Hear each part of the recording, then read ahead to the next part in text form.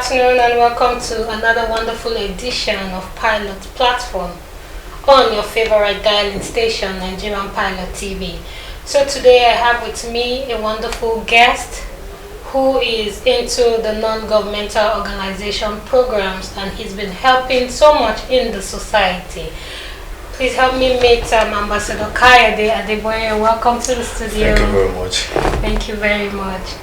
Okay, so can we meet you, please? Alright, my name is Ambassador Kayode Adeboye, the CEO of Have Conscience Foundation, also the group leader of Conscience Ambassador. Okay. That's just brief about me. Okay, what exactly do you tell us about your NGO and what you do? The name of it, the name implies I Have Conscience Foundation. Yes. If you can see that uniquely, that conscience, that is where we bring about our major thing we do. We sensitize general public to consciously make use of their conscience to wherever they do.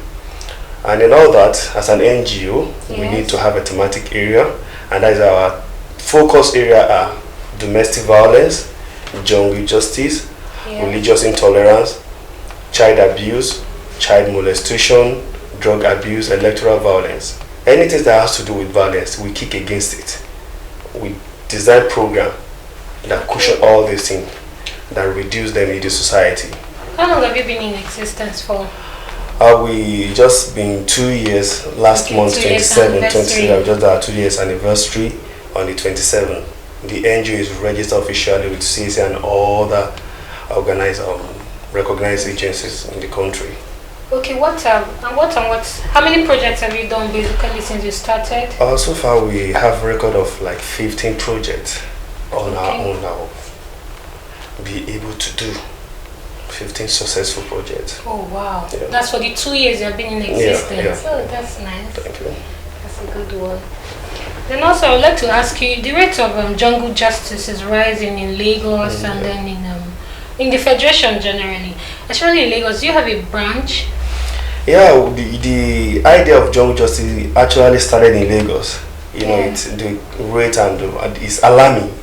You see people before they say thief, people, started manhunting and started setting someone ablaze without even knowing if such person has committed such offense, and that is why we have a branch in Lagos. It's not a structure anyway, but we have a coordinator. Yes. That whenever we want to have an activity, he oversees, supervise everything, because that is where the major jungle justice start from. It's in Lagos. Or other places just coming up, but Lagos is the main where you have jungle justice. So we have people there that coordinate. In every state we have state coordinator. So we have someone in every state we have state coordinators. That's the 36 states. Yeah, we have everyone representing us in anything we want to do there. We have people that we just organize our people and volunteers that carry us. So, but in Lagos we have a place not fully established because we are still looking for funding to have our own standard office, but it's a place that we can access and somebody is there to talk to. Okay. And we have program. We have designed some program on jungle justice already, going to the park to enlighten people on don't need to kill someone.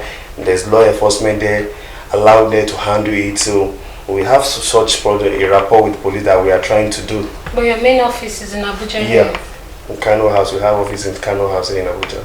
Okay, in the case of rape and domestic violence, what are you doing about it? Or what have you done in the past? Can you throw more light on that? On rape, basically, you can see even from this lockdown, rape case has increased. It's not just about the rape case alone, about the pedophiles. Yes, pedophiles. Our young one being molested, being abused. So we start a campaign called Catch Them Young, which we go to schools, primary school, to talk to these young ones. What age? From age 3, we tell them that, see, if any uncle is touching you where you're not supposed to be touched, feel free to talk to your mother. We let them know, we educate them. And we are talking to our mothers too as well, that see, no child is too young to be given sex education now. Yes. Sex education, as long as the child know right from wrong, don't undo. Be able to tell the child, this is a computer age, a fast growth that you don't need to say if I know, let them know, call it by the name.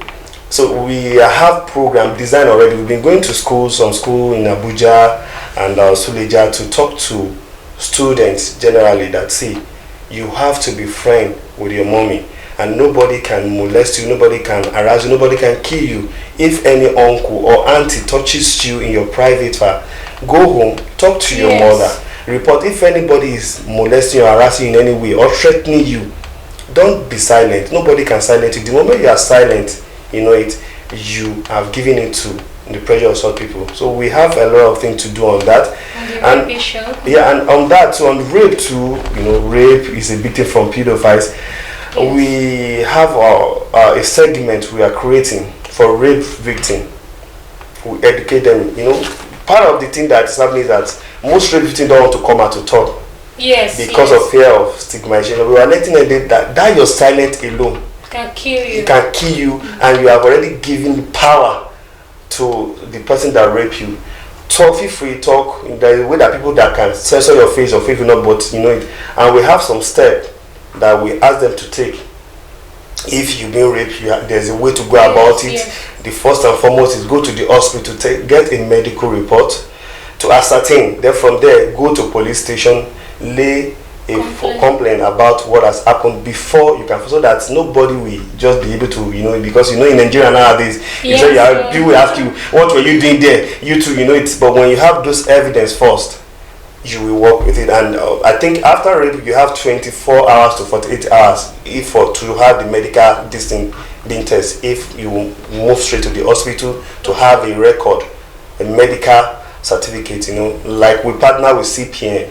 Okay, so what you're trying to say is that you can come in, you can fight for a victim. If there is an evidence already, that's why anybody will know. We try to tell you that the first thing is, even if you can't handle it, if you just call us, we have some hospitals that we partner with, that we just tell them, please ascertain that this is being done, so that we can have a record to follow up. Okay. And in that, we have a body here in Abuja that is called CPN, Child Protection Network. Oh. We are part of them. CPN, so from that, if we can't handle it, we take it up to them to why they will file it up to the higher authority. And in other states like in Taraba already now, we are partnering with FIDA. Oh wow! Already to see that all this thing is being tackled. Okay, so in the case of domestic violence, how do you come in? Yeah, domestic violence, it's.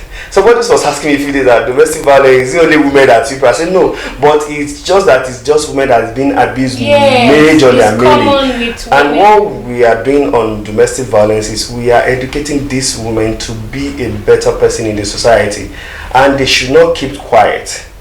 Sometimes when you feel that a man slap you today and you say, maybe tomorrow it will change, he will slap you double time tomorrow. Yes. What is getting out of hand, be able to curtail it. And one of the programs we be able to design for this man is to empower some of them, because in our research we'll be able to know that what are the causes majorly is when a woman is doing nothing, and you see a man come back home and say, this and this. He find you that he's in charge of everything. He can easily abuse you. But when a man know that you are part of it, you are adding to adding value to his life, for him to hit you, or you know that I need to caution myself. We know that some animals man that is animalistic in nature. Yes. But those one, it just depends that you as a woman, you need to report them. You don't need to cover them, because the fact that you want to protect your marriage doesn't mean you should try to be covering domestic violence. Because what you are covering today, tomorrow might cost you your life. It might escalate more. It might escalate. The man that hit your head on the wall today, tomorrow might have to strangle you, and before you know it, we've been seeing a lot of domestic violence resulting to deaths. It's alarming. We saw it on newspaper, we see it around us. So women just they need to be aware majorly of their power. In the African setting, we found ourselves, women just have to be like, I don't know, I can't call it sleep, but sometimes women are being subject. But now we are letting that this is gender equality. You should have your voice too, and that is why we are partnering with Ministry of Women Affairs too on this aspect of domestic violence. If there's any woman that, some of them, when you talk to them, they say, please don't take our guard up. But we are letting them know that there's a brighter future ahead for you. Yes. Absolutely. And sometimes too, we have a program, we do talk to people that if you find out that you're going through domestic, we didn't say you should leave the marriage. There's what we call initial separation. You can separate from the man for the man to realize his mistakes. Separation is just maybe for 6 months. You just need a gap for the man to have realized what he has been doing. At that point, if the man realizes, you call him to order and he sign another taking, maybe with us or with your family, that he will not abuse you again. Okay. That is what we've been doing, and we have a lot coming up for 2021. You know, we have a lot of What's your next project for 2021, and how soon is it? All right, our next project for 2021, the first one is, like this emblem I'm working. I'm forced to remember that, you know, for me, I grew up in the barracks, and majorly my brothers, everybody around me, they are military person, and looking at these young folks dying for us, you know, fighting terrorism, X-Men, banditry, or are they taking these vibrant young men? We come out as a group and say, what can we do for them? And that's how we start a project this year, a solidarity walk to honor the fallen hero.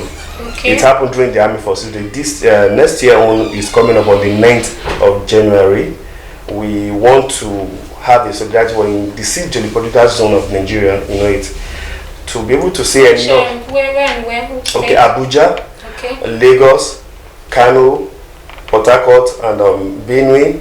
Okay. Then probably we are still looking for a way to access Castina. Okay.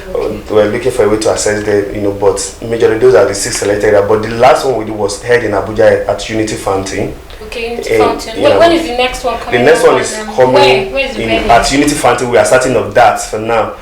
We don't know other states. We are still planning. We have people planning already to be able to sort. You know, we need to work with police. Yes. You know, with the NSAS protest, we don't want to, because we are like 100 in number and everything, want to have 100 people to have the work. So we don't want to look as if we are protesting or we are doing anything. It's going to be a peaceful work. You know, so for Abuja, we are starting off Unity Fountain already. We've written to police and we have that cover. But other states, we still need to work with the state agency to be able to tell them that this is what we are up to. And therefore, it helps us, AIT cover this year and NT cover this year, and next year we want it to be bigger. It helps us to be able to pass a message across of say no to terrorism, say no to banditry, stop killing our young folks, okay? And also to the government, we were able to appeal to them to take charge of the affair of these young soldiers, what they are earning and what compared to the work they are doing. Yes, they are doing so much. We are using that opportunity to also appeal to the government to look into their affair critically, their salary, their welfare, yes. And after some of them that lost their life too, they should take care of their family, not just that. Sometimes I've been in the back, I know what is happening. Yes. Sometimes you see some of them, they have to be stressing them to be able to access their pension or wherever that is, you know, their treaty that is left. And we just want that, okay, somebody that's lost his or her breadwinner in the family shouldn't be put to such stress. Compensated. Easily, you know, no money can be compared to life lost. Yes. But we just, okay, government should be able to rise to their own need at the appropriate time. That is just the beginning, what brought about that program. And the last one we did, I think we had a very positive reaction from the general public, and we think we are heading in a good direction. So that is our first project for next year. Okay, thank you very much for that. I like the fact that you put in family of diseased people into consideration, especially when it has to do with the military. Yes. Thank you. Okay, and again, how do you get funding? How do you get support? Yeah, that is a very major issue we are going through as at now. It's just within us, self-sustained. We talk to people around us, our family and friends, and okay, we want to reach out to the less privileged, we want to do this, and the little they can give, that is, we don't have access to grants yet, we don't have access to big NGOs supporting us. Everything that we've done so far, the 15 project is being on our own pocket, self-sustained alone, and God has been helping us. We've been doing quite a lot that we could do on our own. Eventually, we're hopeful. We're hopeful that that is our prayer. Support and everything. Yeah. What advice do you have to give to Nigerians and other? All right. Nigerian youths, you know, women in domestic violence. Yes. Majorly, our advice, we have a project that we created that brings about this NGO called It's called Be a Nigerian with Conscience. And that is going to be our bigger project for next year. Because next year, 21st of April next year, is going to be International Day of Conscience. We want to launch that program, Be in Nigeria with Conscience. Wherever you find yourself, be able to tell yourself, my conscience is working. And that is why we want every Nigerian, that whatever you're doing, be you where you find yourself. If your conscience is doing the right thing, it's telling you that, okay, I'm doing the right thing. What God is telling you is the right one. We know that other people, when their conscience is even telling them the right thing, they still want to choose the wrong one. But we are appealing to the general public at large that to be able to listen to the good one, make good choice. To our youth out there, we are telling them crime is not the solution. Yes. Fighting the government, destroying property. What is your conscience telling you? But the youths are not the one, it's the hoodlums. Yeah, but if you tell me the hoodlums, they are still youths. They are still youths. They are still youths. You know, me and you can agree today that tomorrow we want to go and have a peaceful process, and somebody just come and sideline and give me 10,000 naira. Before you know it, I will just turn your enemy and turn against you. So we are letting our youth know that we don't have to destroy our future. We just have to always consciously remember that we have something called conscience in us, that we judge our action before we take it and after the action has been taken. So to all youth out there, be a youth with conscience. Use your good conscience effectively to your community, not otherwise. And to our mothers out there too, especially the ones going through domestic violence. We just want them to know that there are platforms out there, plenty platforms out there that they can access help. They shouldn't die in silence. They should not say, what will people say if I leave my house? It is better now than never. Than never, because once life is lost, nothing can be done again. So, thank you very much, Ambassador Kayode. It's nice having you. I hope you had a wonderful time. Yeah, I do. I'm happy. Thank you very much. Thank Hope you so to much. see you again. All right, man. Thank you. And until next time, people on Pilot's platform, thank you for watching and thanks for staying with us. Bye for now. As events unfold around us, we give you information in Nigeria and around the world. We are the pilot of good information. We are Pilot TV, connecting you to more information as it breaks. We are Nigerian Pilot TV. We are Pilot TV, connecting you to the world.